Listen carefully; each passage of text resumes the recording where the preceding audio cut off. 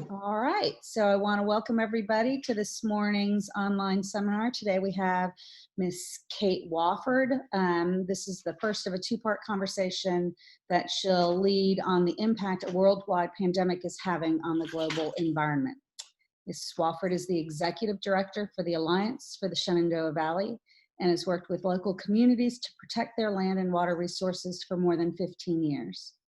Kate is an honors graduate of Washington and Lee University in Lexington and received her master's from the Yale School of Forestry and Environmental Science in 2002. She also sits on the steering committee of the Choose Clean Water Coalition, the Secretary of Natural Resources Chesapeake Bay Stakeholder Advisory Group, the SCBI Virginia Working Landscapes, SCBI's Changing Landscape Initiative, and the Allegheny Blue Ridge Alliance. And she is also the proud mother of Mac and Will Wofford, who are students at Wakefield Country Day School. Welcome, Kate. Thank you so much for doing this today. Thank you, Suzanne. That was a very nice introduction. I'm thrilled to do this today, and it's good to see some of your faces on my screen. We build this as a discussion, so I do hope that some of you have observations or ideas or thoughts about this topic. The way I set this up is I put together about 20 minutes of slides, then thinking that we could talk for about 20 minutes or just wrap up whenever people don't have any more thoughts or observations. Before I start the slides, I just wanted to open with acknowledging what a really hard time this is. And I think it's been a really hard time for 2 or 3 months in this country and in the world. But just in the last 5 days, the news has been so hard. And one thing that I think about and read about and talk to people about is how instead of getting back to normal, so many of us are desperate to get back to normal, but this is a chance to get back to better than normal. And I think that's very much true with the news about discrimination and the inequities in our country. We've got to get back to better than normal after this. And I think that's also true when it comes to the environment and conservation. This is an opportunity to get back to better than normal when this is over. I think we all probably feel really lucky to be part of this community, to be in Rappahannock County and in this area. Jeb and I feel extremely lucky for Will and Mac to have the opportunity to have this extraordinary experience at Wakefield. There's beauty all around us, and I think we are really fortunate, and we also have the opportunity to have conversations like this about what's our role in helping things get back to better than normal when this is over. The last thing I want to say before I start these slides is I want to acknowledge that I'm not an expert in this topic. So I am an environmental professional, as Suzanne described in my bio, but Alliance for the Shenandoah Valley and my work professionally, we're not tracking global impacts from this. We're not monitoring air quality or impacts to climate change. So I'm really here this morning as somebody who's really interested in this topic. And a Wakefield parent, and I'm eager to have the conversation, but I wanted to just make it clear I don't have particular technical expertise. And when I told Suzanne that ahead of this presentation that maybe I'm not one to give this talk, she, as you probably know, she's hard to say no to. So I'm here, but I'm not here as a real technical expert in this. So with that, I'm gonna see if I can manage to share my screen with some slides. Here we go. Are y'all seeing these? Okay, so Will, as you all know, is in 5th grade, and he did a PowerPoint presentation for his science fair project in 5th grade, and so he's had some experience with PowerPoint. So he helped me create some animation in my slides. So if you see some animation, we have Will to thank for that. So I wanted to start out here just by acknowledging how really bad this situation is. just in the United States, there's more than 40 million people who have lost their jobs. There's more and more reporting and evidence that there are some serious mental health problems across the country, across the world, from social distancing and the other stressors of this. In the United States, we've passed 100,000 people that have died. And then, of course, in the last 5 days, we've seen all this civil unrest, which is just wrenching to see what's happening in our cities. And of course, that's because of long inequities, but you can't help but think that that's been exacerbated by the effects, particularly the disproportionate effects on low-income communities and communities of color from the coronavirus. So the upshot of this is a really bad thing that's happening. Here, this is Will's animation for you. And it's also making clear that we live on a small planet. It is a global pandemic which spread across the entire globe in just a matter of weeks. And there have been huge impacts to the movement of people and stuff all over the world in just this relatively short time.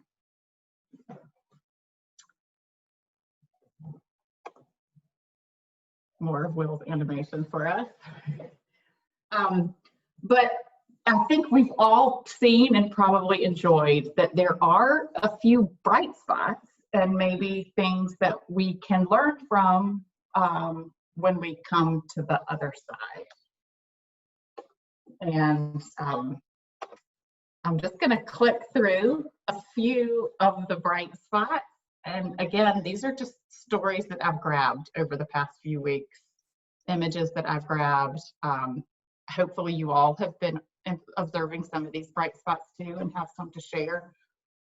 I think people are eager for good news, and so you may have seen some images that got shared, like, I don't know, 1 billion times on some social media platform about swans in the Venice canals. And those were a myth. Apparently that swans are always there, so that wasn't a thing. But the water is decidedly more clear in the Venice canal, which is cool.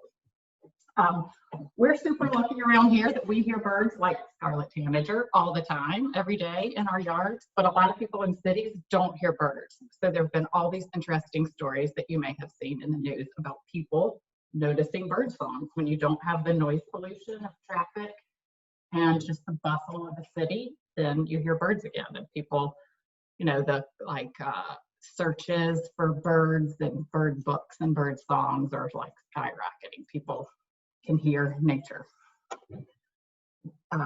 This is one that made the rounds about a month ago. These super cool goats in some town in Wales are like taken back over their town.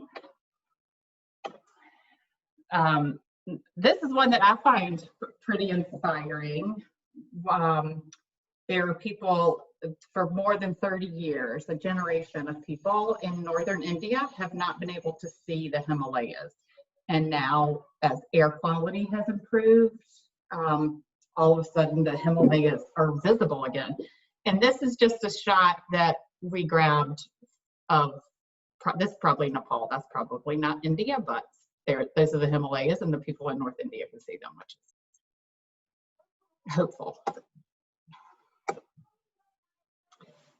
There have been some cool stories you may have seen of animals in Yosemite and some of the really heavily trafficked national parks in the Grand Canyon. Wildlife that's just taken back over the national parks while they've been closed. This is a picture that Jeb grabbed of a mama black bear and her 3 cubs in Shenandoah. So I think it's hopeful and a nice bright spot for people to be able to see the animals coming back out of where they have been hiding. And here's some local data from this spring. These 2 figures are comparing air emissions from 2015 and 2020. And I think it's pretty dramatic to look at the difference in, and this is nitrous dioxide, but that would be, this is comparable of other pollutants in the air. The it'll be many months and even years when we look back on this period to have more conclusive understanding of the effects. But as I understand, the leading cause of the improved air quality tends to be air travel is way down, of course, and car trips are way down. The truck traffic has remained pretty steady, right? We're still shipping, we're still manufacturing, we're still moving goods because people are still eating and buying stuff. But people are not commuting, of course, and going to see people. And so that's having a pretty dramatic, measurable effect on air quality here and all over the world. These are cool. I can put this link in the chat after this. This was CBS did these sliders, and they have images from cities all over the world with clear air during this time where people are staying home.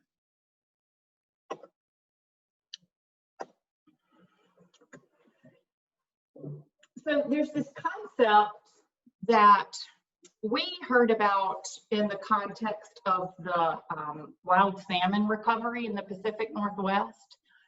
And this concept is called ecological amnesia. And the idea, which is pretty logical, is that each generation perceives the world it was born into as normal.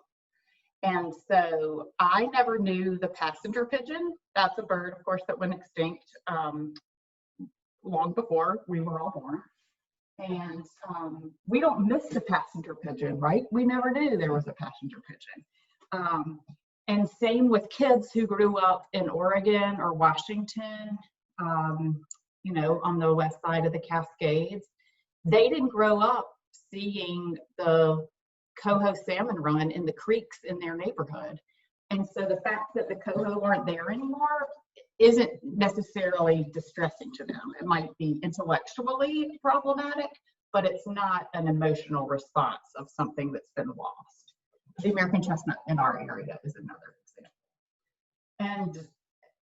And I think that this concept of generational environmental amnesia is relevant right now with a lot of those images and examples I just grabbed, because if you're in Beijing or Shanghai or LA and the air is beautiful and clear and blue, and you've never known the air to be clear and clean before, then that perhaps resets your baseline or your expectation of what can be and should be, and might create some motivation for behavioral change or systemic change that could lead to that becoming the new normal when we get back to normal, better than normal. There's been a lot of discussion about what this means for climate change. Clearly, global climate emissions are down. The ranges that I read are somewhere between 5 to 8% down in 2020 from the peak last year. And that is dramatic. That's a dramatic decline. We've seen, when we've had recessions, we've seen global climate emissions flatten, but we have not seen them go down like this, I think, since World War II. I'd have to double check that. But so it is a dramatic decrease in 2020 in global carbon emissions. That is not the same thing as slowing down or stopping climate change. We're set right now in the world for 2020 to be the hottest on record. Carbon in the atmosphere is decades long, the cycles. And so for a small decrease in a few months is not going to have the kind of impact that we need to achieve in order to curb the impacts to our lives from climate change. On the other hand, it does, the fact that emissions are down 5 to 8% does demonstrate that we can have an impact on emissions. And the challenge, in my view, is how can we have these kind of improvements during a time of prosperity and wellness? Because right now we're having during a tragedy and people are suffering, and we're seeing these improvements to environmental indicators. Certainly no one is arguing that we want to continue the situation that we're in, but we're illustrating that through behavioral changes and systemic changes, we can have an impact on these goals, which we haven't seen before. One more I wanted to throw in here, and this is something that is more relevant to our work in Alliance for the Shenandoah Valley, which is possible changes when we get back to normal to get back to better than normal in our food systems. So one of the things that we see in the news and have read about is disruptions to food systems. And an anecdotal observation that I have made, and a lot of people have made, is that farmers who are more nimble, particularly in their marketing and ability to get their produce to market, are really thriving. So I'm thinking about in our area, I'm thinking about, if you know Jesse Strait in Whiffletree Farm, they're sold out. Waterpenny subscribed to their CSA right away. Sunnyside is adjusted their operation and is, selling the food that they're growing. The Bean Hollow, Mike Sands has sold for months ahead all the meat that he's growing, and that's true on the valley side of the mountain as well. When you have growers that are more nimble and can change their markets to meet demand. So if they used to sell to a restaurant, then they can sell direct to people, to retail. They are doing okay.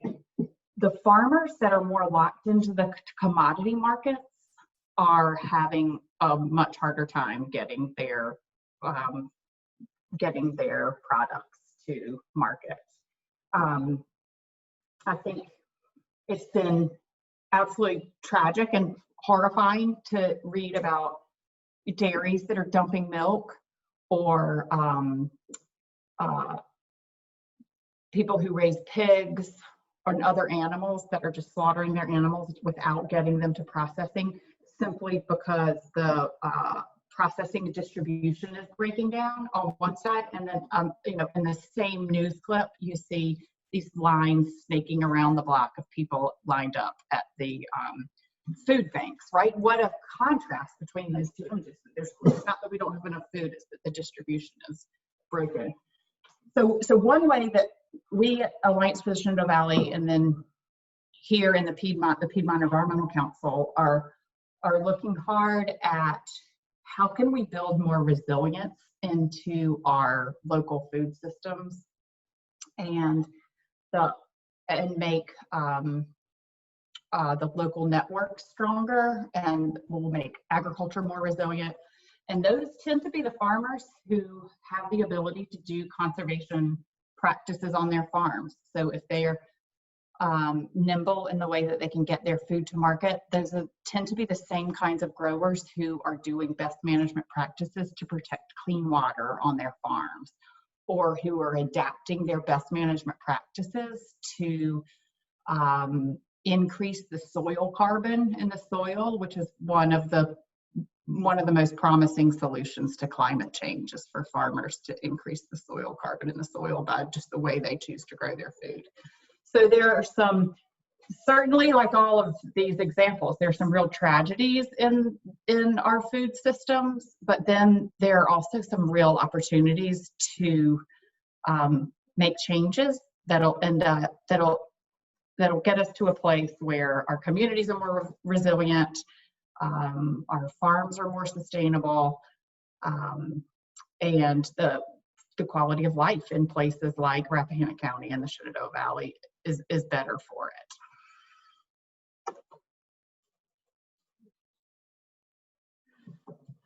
So that's it. Those are the slides I put together for us to just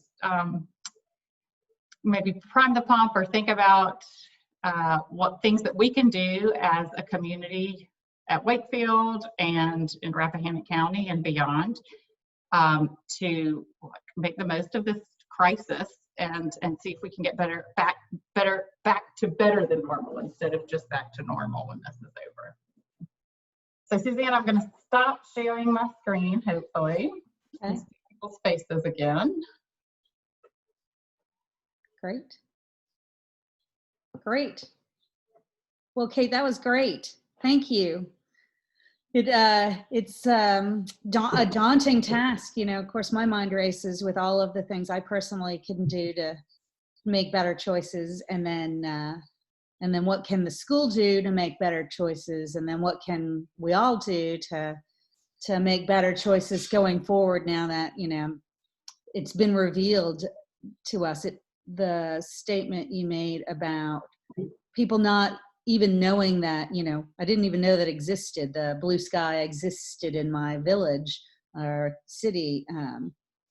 Never even occurred to me. So I think it's a wonderful snapshot of what could happen. I've made a few little changes in my life, get under these quarantine situations to try and reduce waste.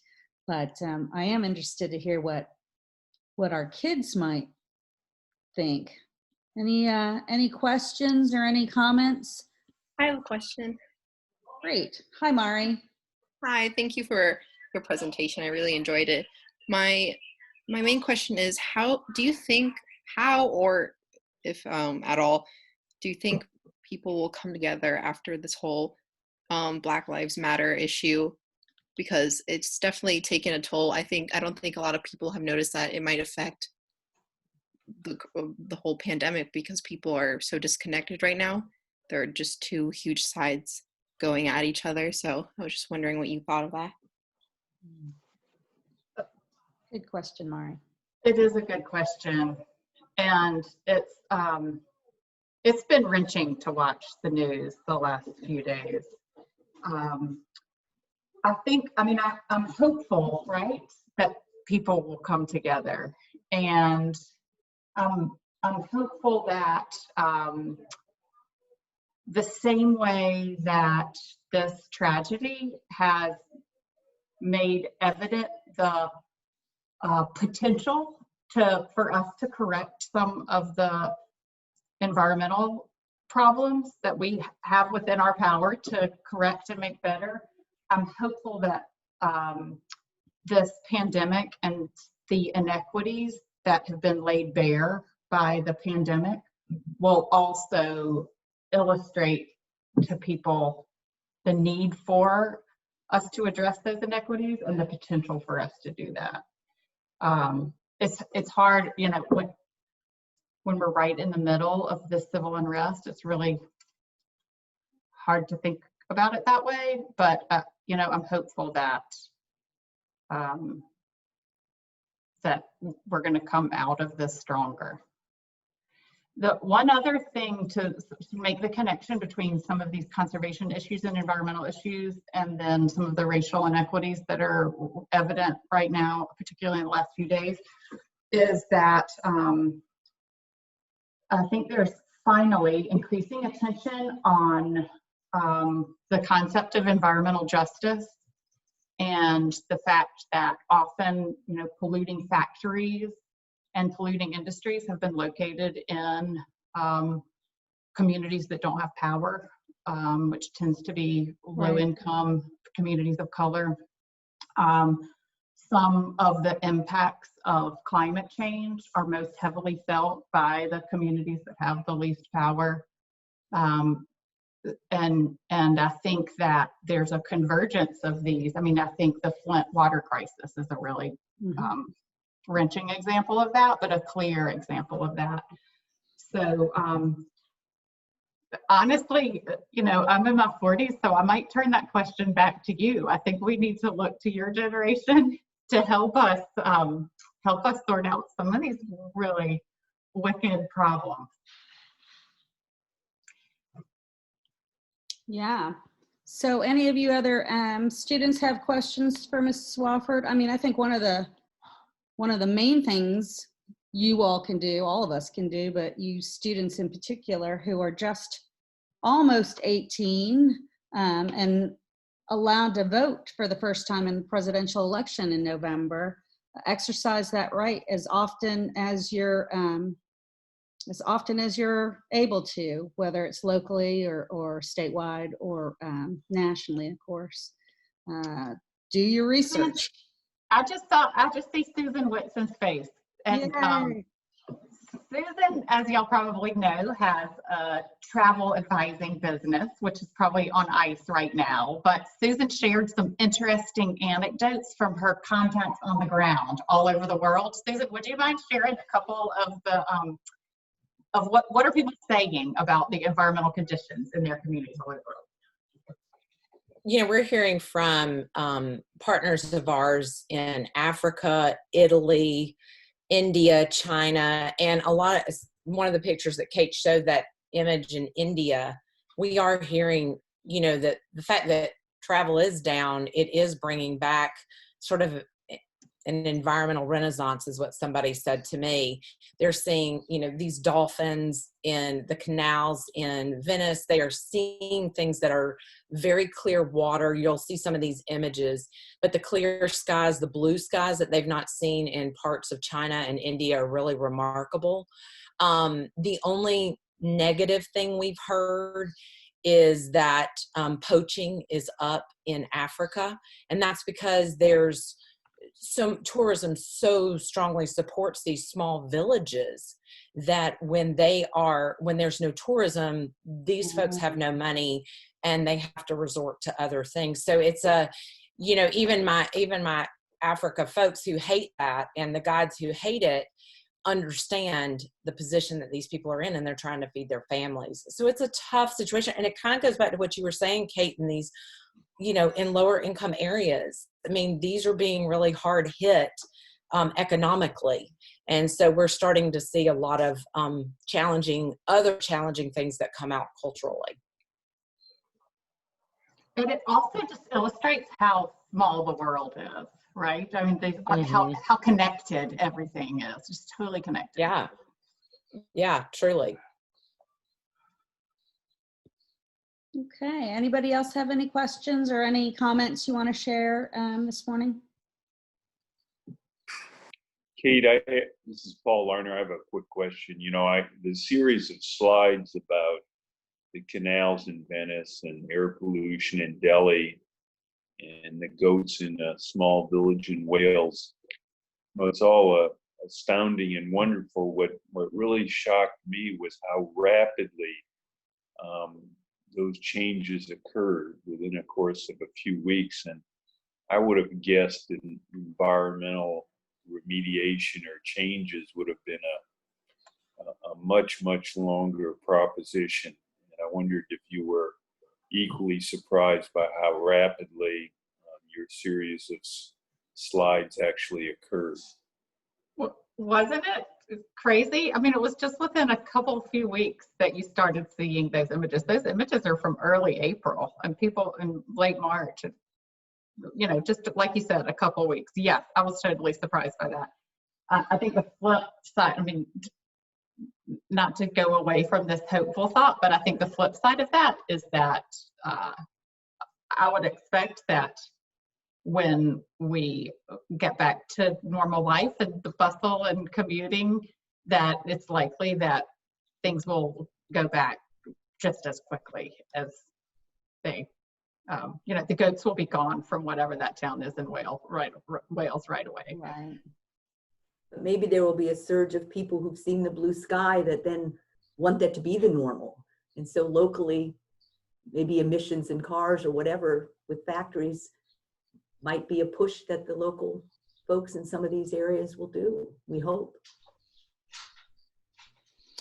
Yeah. Well, and my hope is, as the person who's designing travel, and this is a big part of what we do, we feel like it's important to, discuss and to talk about conservation in so many of these areas. I mean, the reason why we go to so many places, Machu Picchu, Africa, parts of India, I mean, anywhere in the world, even Italy, conservation is key, and protecting the environment is really a huge part of what's drawing people there. And yet the draw of so many people is also what's destroying it. But what I think we're hearing in the travel world is it's giving the world an opportunity to reset.